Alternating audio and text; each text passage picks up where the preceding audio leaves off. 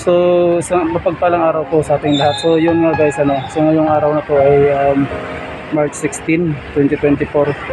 Balik po yung oras po natin sa araw na to ay inilaan po natin para po sa ating bisita iglesia na ginagawa natin. Ang sa pamumuno po ito ng nila Kagawad Floyd at ang kanyang butihing asawa na si Ate Mau po, So, ngayon po nandito na po kami sa church ng Calaca, Batangas po. So, marami po tayong inikutan, so abangan nyo na lang po yung upload natin ng mga videos, pati po yung nakuha natin ng mga actual footage during po nung iglesia bisita natin na ginaganap para sa araw na to. So yun lang po, so kung mapadaan kayo sa channel ko, kung mapadaan kayo dito ko sa video ko, kung maligaw po ito sa mga wall ninyo, paki-like nyo lang po, paki-share, paki-subscribe po, and God bless po sa inyong lahat. Saka na lang po tayo mag-shoutout at nag-live po tayo. Maraming salamat po, God bless.